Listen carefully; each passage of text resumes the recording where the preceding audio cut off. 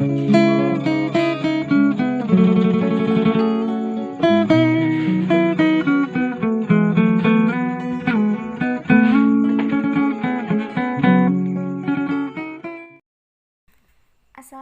warahmatullahi wabarakatuh. Perkenalkan, kami dari kelompok 3 mata kuliah Bisnis Internasional yang beranggotakan saya sendiri Ngesti Hayu Sasanti, kemudian Tusama Salsabila, Umar Abdul Aziz, dan Valentina Arifda Widya Putri.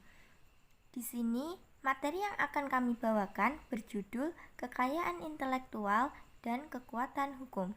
Berikut pemaparannya.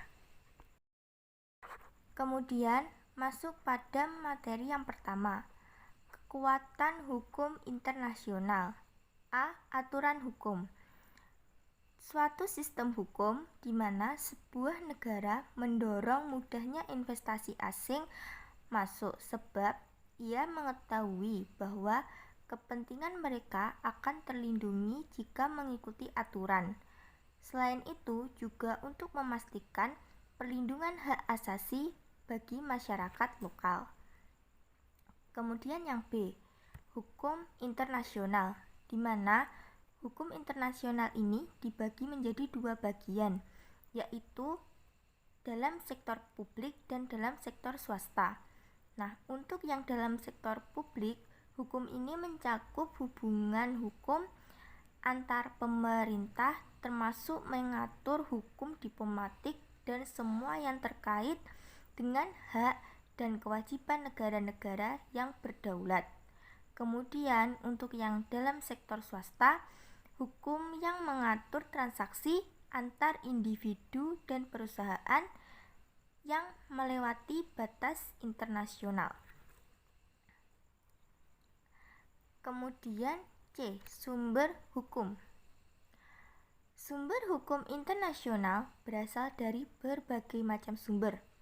Namun, yang paling penting adalah perjanjian bilateral dan multilateral. Dan sumber lain hukum internasional adalah hukum adat internasional yang berasal dari adat dan penggunaannya yang secara berabad-abad. Contohnya, pelarangan terhadap genosida. Kekuatan hukum internasional yang meliputi di dalamnya ada ekstrateritorialitas.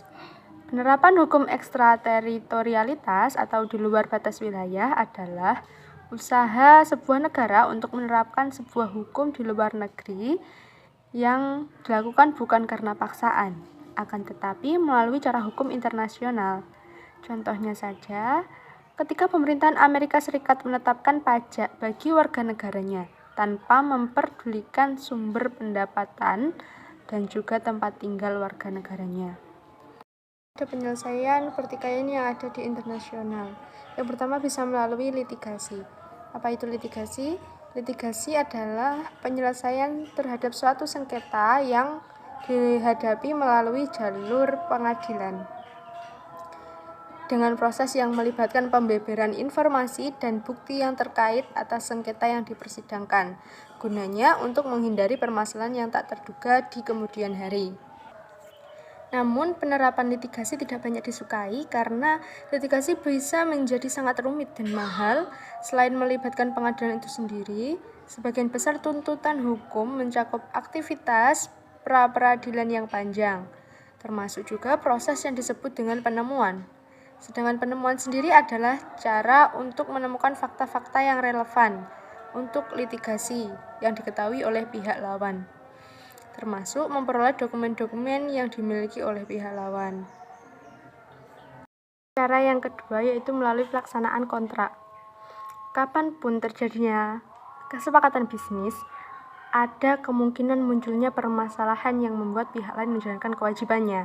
Tidak ada pengadilan yang berlaku di seluruh dunia yang memiliki kekuatan untuk menyelesaikan semua persoalan yang ada. Pengadilan tingkat yang dunia yang ada pun, misalnya Mahkamah Internasional PBB, hanya bergantung pada ketaatan yang sifatnya sukarela dari para pihak yang terlibat di dalamnya. Setiap negara di dunia merupakan negara yang berdaulat sendiri dan memiliki peraturannya masing-masing dalam menyikapi keputusan dan putusan pengadilan dari negara lain. Ketika para pihak yang terlibat kontrak adalah penduduk dari satu negara yang sama, hukum di negara tersebutlah yang akan mengatur pelaksanaan kontrak dan semua kemungkinan perselisihan yang timbul di antara keduanya. Sedangkan saat penduduk dari dua negara atau lebih yang terlibat dalam kontrak, solusi penyelesaian perselisihannya biasanya cukup rumit, yakni bisa melalui solusi PBB, solusi pribadi arbitrasi, dan juga pelaksanaan keputusan arbitrasi. Dalam pelaksanaan kontrak, ada 3 cara yang biasanya dilakukan, yakni yang pertama ada solusi PBB. Convention on the International Sale of Goods atau yang disingkat dengan CISG, PBB, untuk menyelesaikan permasalahan pertikaian dalam kontrak internasional. Yang kedua ada solusi pribadi arbitrasi.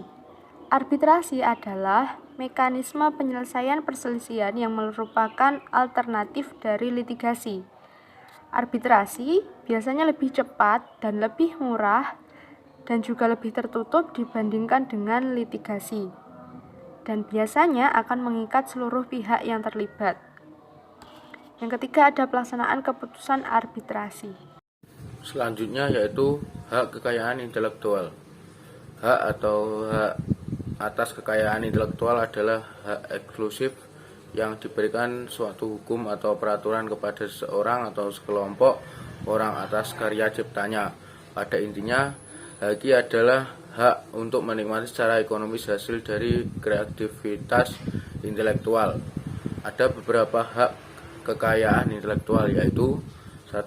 Hak cipta, 2. Paten, 3. Merek, 4. Desain industri, 5. Desain tata letak sirkuit terpadu, 6. Rahasia dagang, 7. Indikator geografis.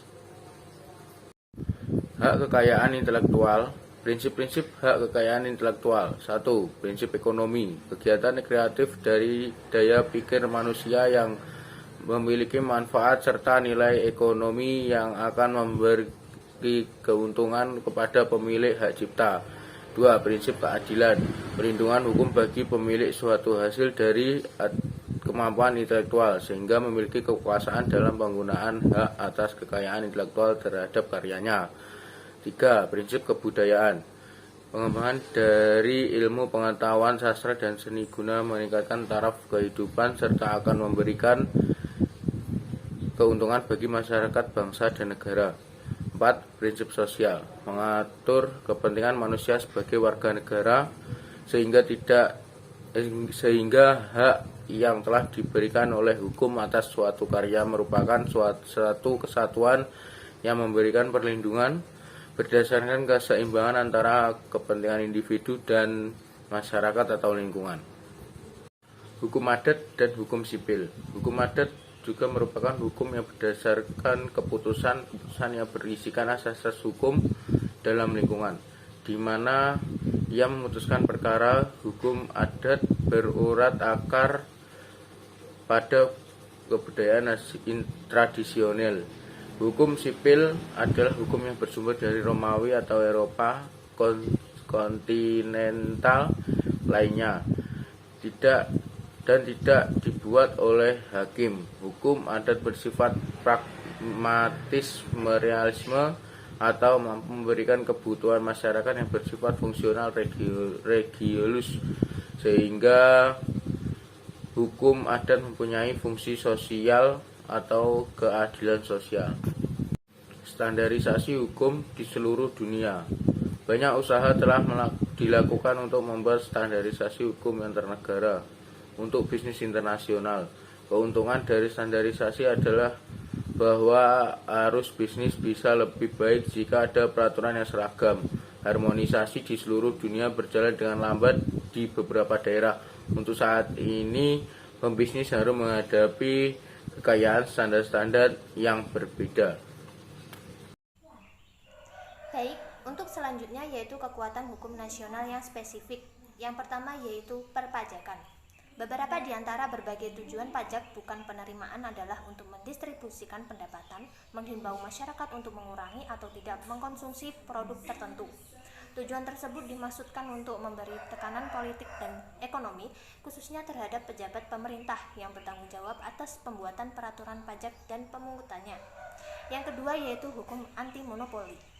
Menurut Undang-Undang Nomor 5 Tahun 1999, monopoli adalah suatu bentuk penguasaan atas produksi dan atau pemasaran barang dan atau atas penggunaan jasa tertentu oleh satu pelaku usaha atau satu kelompok pelaku usaha. Hukum anti monopoli di Amerika Serikat sangat ketat dan diterapkan dengan serius. Fokus Amerika Serikat terhadap hukum anti monopoli berkaitan dengan dampak transaksi bisnis terhadap konsumen, sementara Uni Eropa lebih mempertimbangkan mengenai struktur daya saing industri dan memperhatikan tujuan pesaing.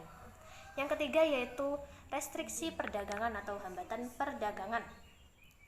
Ada beberapa bentuk perlindungan atau hambatan untuk melakukan kegiatan dagang dengan menggunakan hukum nasional, antara lain untuk produk yang berkaitan dengan kesehatan dan produk kemasan. Hambatan pedagang lainnya adalah mengenai bahasa yang digunakan dalam label, iklan, buku petunjuk, peringatan, dan sebagainya. Tujuan dilaksanakan proteksi adalah untuk menyelamatkan lapangan kerja dalam negeri. Yang keempat yaitu kerugian. Kerugian adalah kerugian yang dibebankan pada orang lain, baik secara sengaja atau karena kelalaian. Dan yang terakhir yaitu keragaman hukum. Individu yang bekerja di luar negeri harus waspada untuk menghindari diri dari jeratan hukum lokal dan polisi, tentara, atau petugas pemerintah. Demikian sekiranya materi yang dapat kelompok kami sampaikan. Semoga dapat memberikan manfaat, dan apabila ada kurangnya harap dijadikan